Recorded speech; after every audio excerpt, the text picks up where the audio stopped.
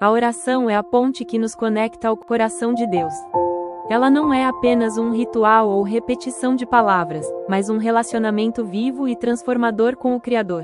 Quando oramos, entregamos nossas preocupações, reconhecemos nossas limitações e abrimos espaço para que Deus transforme a nossa história.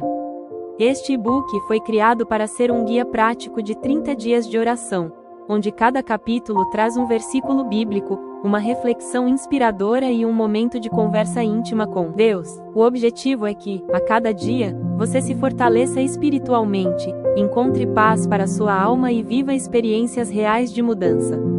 Não importa como você está começando esta jornada, se sente fraqueza, dúvidas, medo ou até falta de fé. O importante é dar o primeiro passo, porque Deus sempre responde a um coração sincero que se volta a Ele.